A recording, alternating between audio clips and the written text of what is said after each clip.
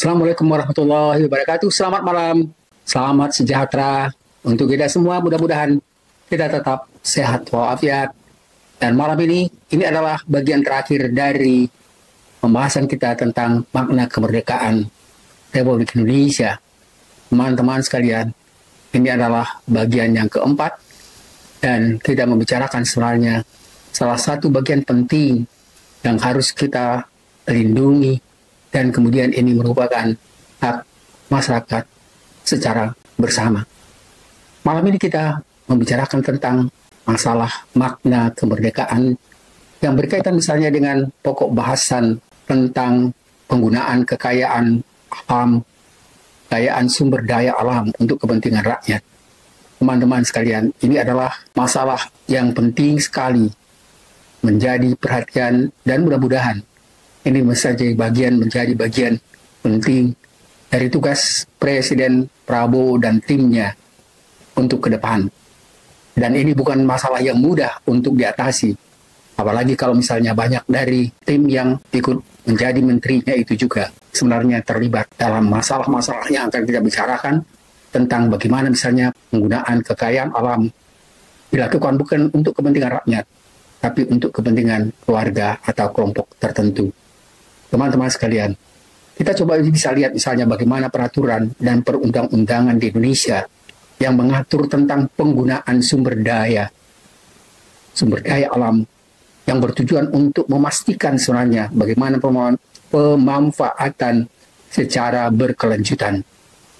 Teman-teman sekalian, ada kewajiban semua warga negara, apalagi pemerintah, untuk melindungi lingkungan hidup. Ingat teman-teman sekalian, melindungi lingkungan hidup itu terutama sekali sebenarnya ini diperlukan sekali pada perusahaan-perusahaan besar, baik misalnya perusahaan tambang atau pertanian atau perusahaan-perusahaan yang lain yang sebenarnya banyak sekali merusak lingkungan alam.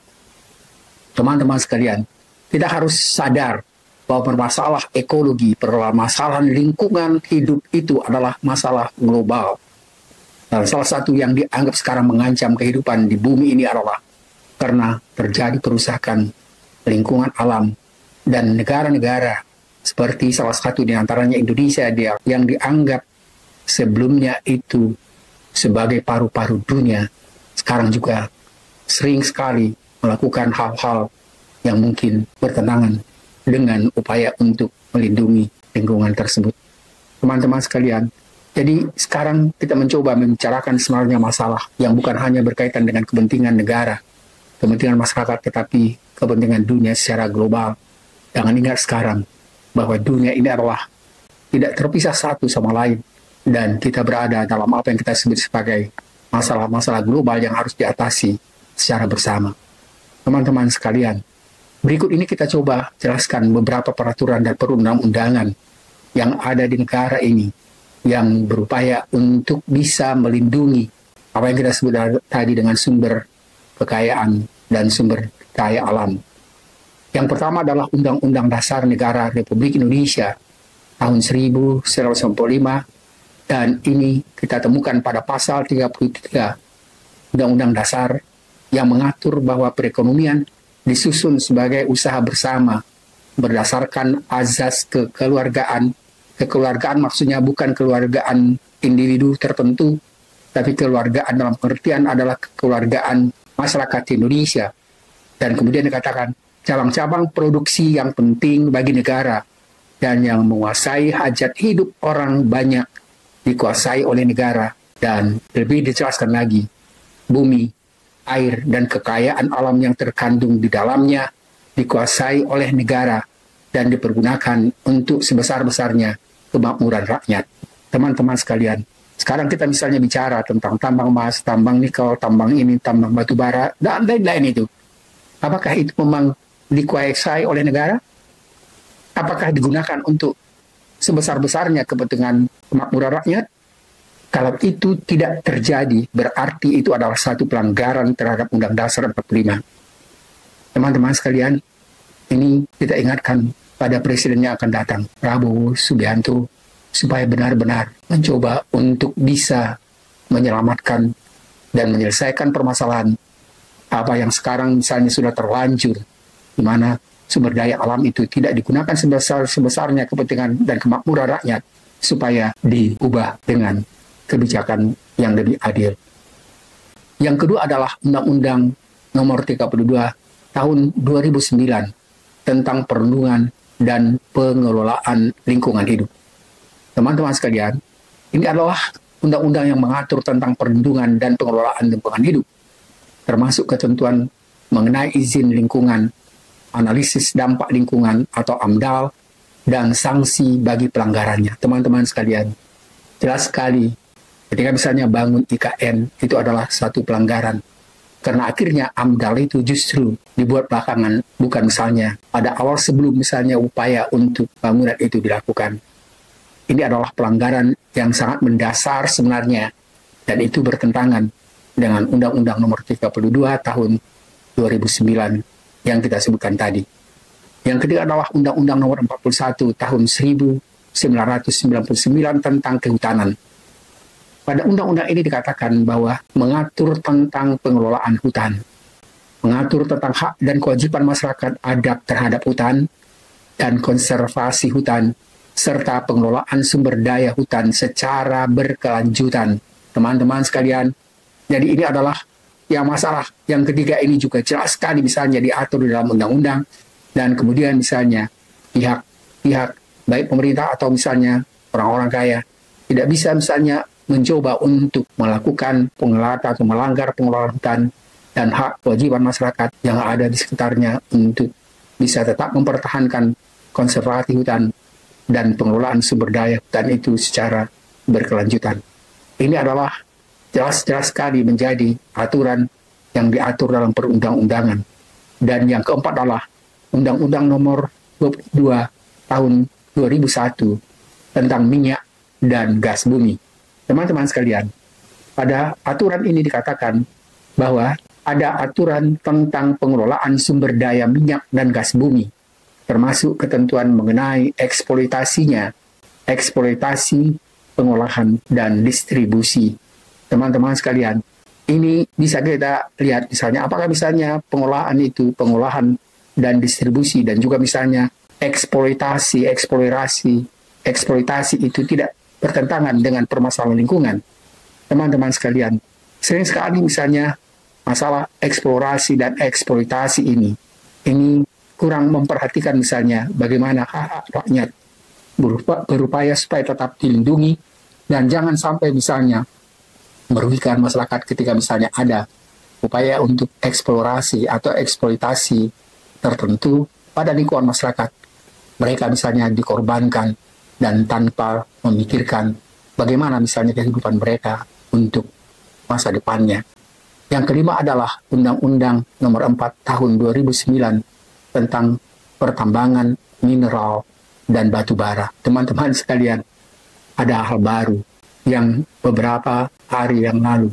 Itu ada upaya untuk misalnya memberikan tambang-tambang yang sudah berjalan selama ini dan sudah menghasilkan dan dikuasai oleh beberapa kelompok pihak tertentu, sekarang ditawarkan pada organisasi seperti misalnya NU, Muhammadiyah, dan organisasi lain.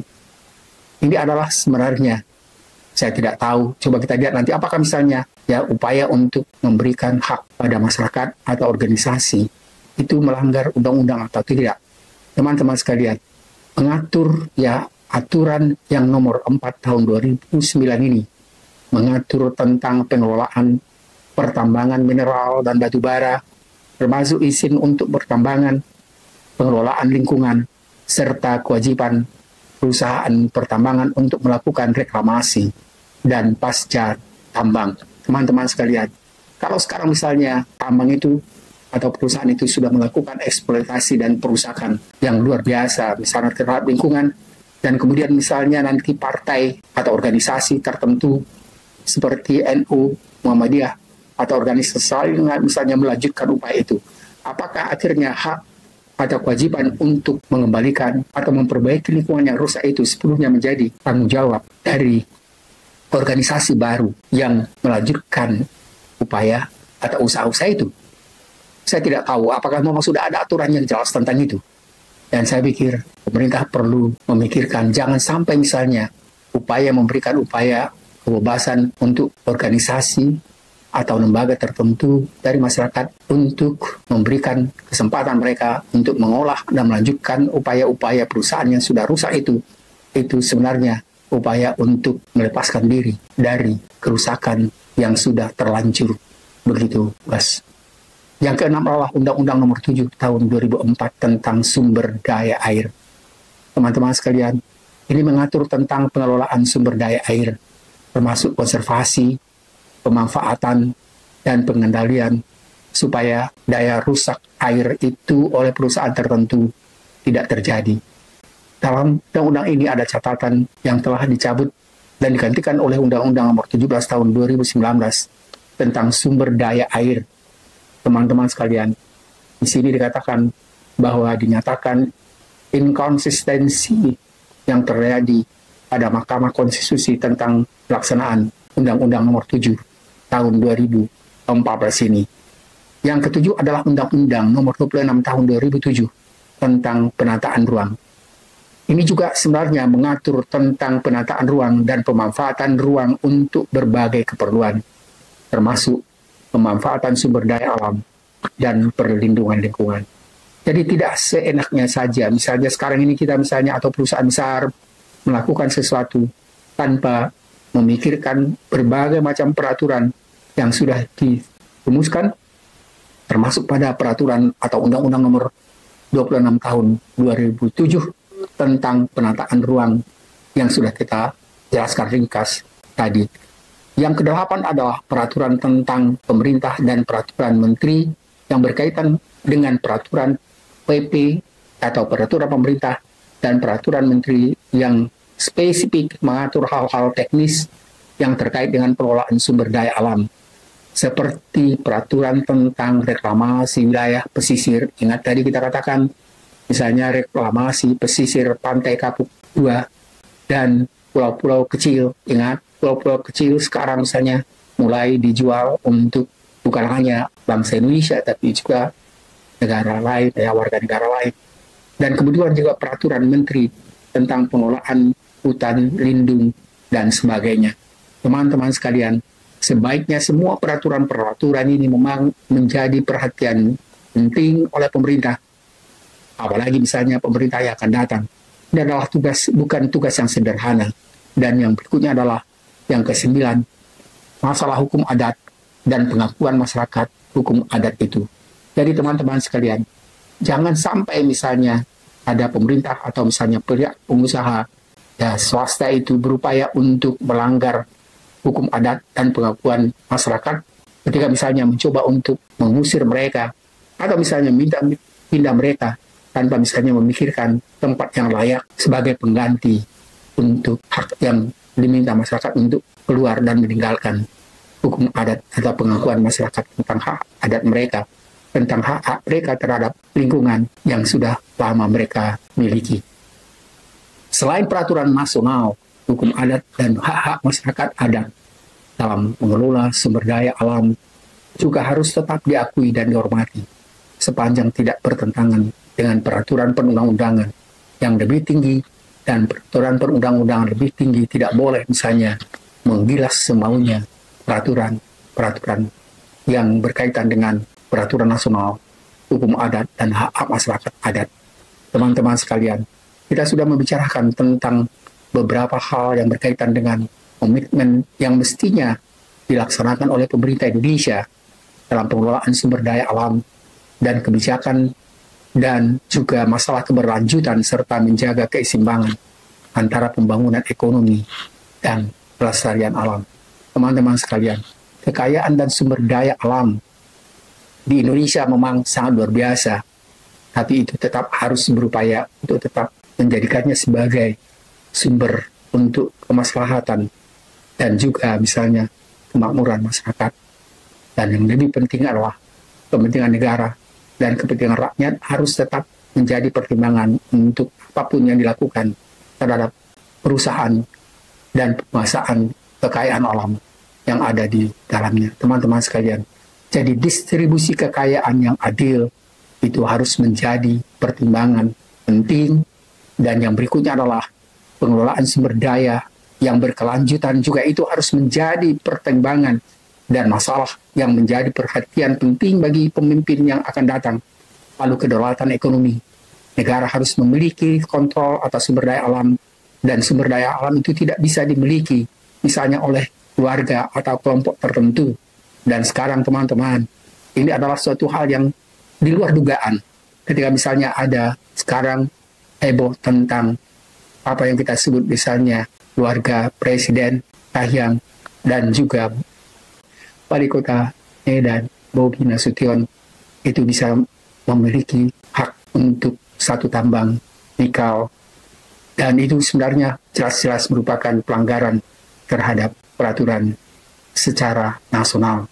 Teman-teman sekalian, jadi kita perlu misalnya mengatakan bahwa ada kedaulatan ekonomi itu di mana negara harus melindungi dan melakukan kontrol atas sumber daya alam dan tidak membiarkan perusahaan-perusahaan asing atau kepentingan sendiri atau keluarga mendominasi dan mengeksploitasi sumber daya alam tersebut tanpa memberikan manfaat yang setara kepada negara dan rakyat.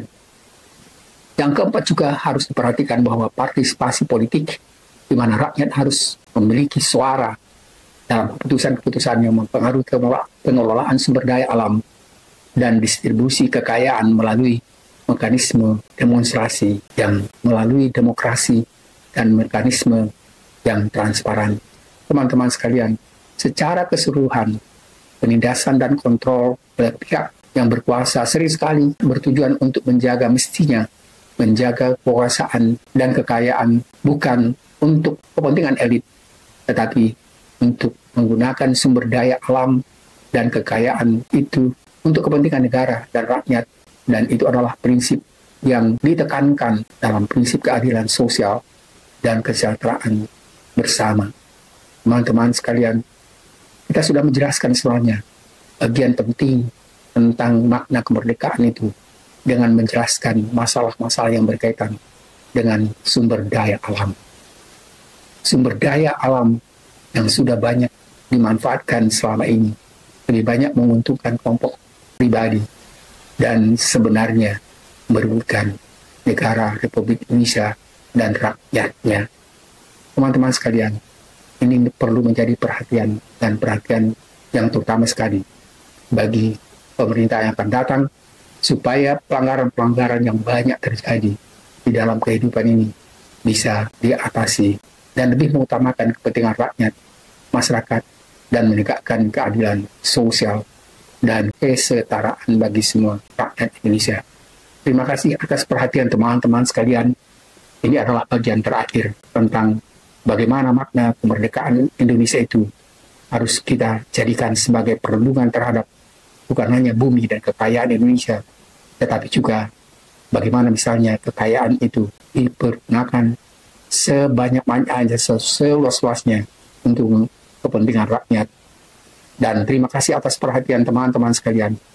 Ini adalah 4 kuliah ringkas yang berkaitan dengan kemerdekaan dan bagaimana misalnya melaksanakan kemerdekaan itu secara adil dan merata.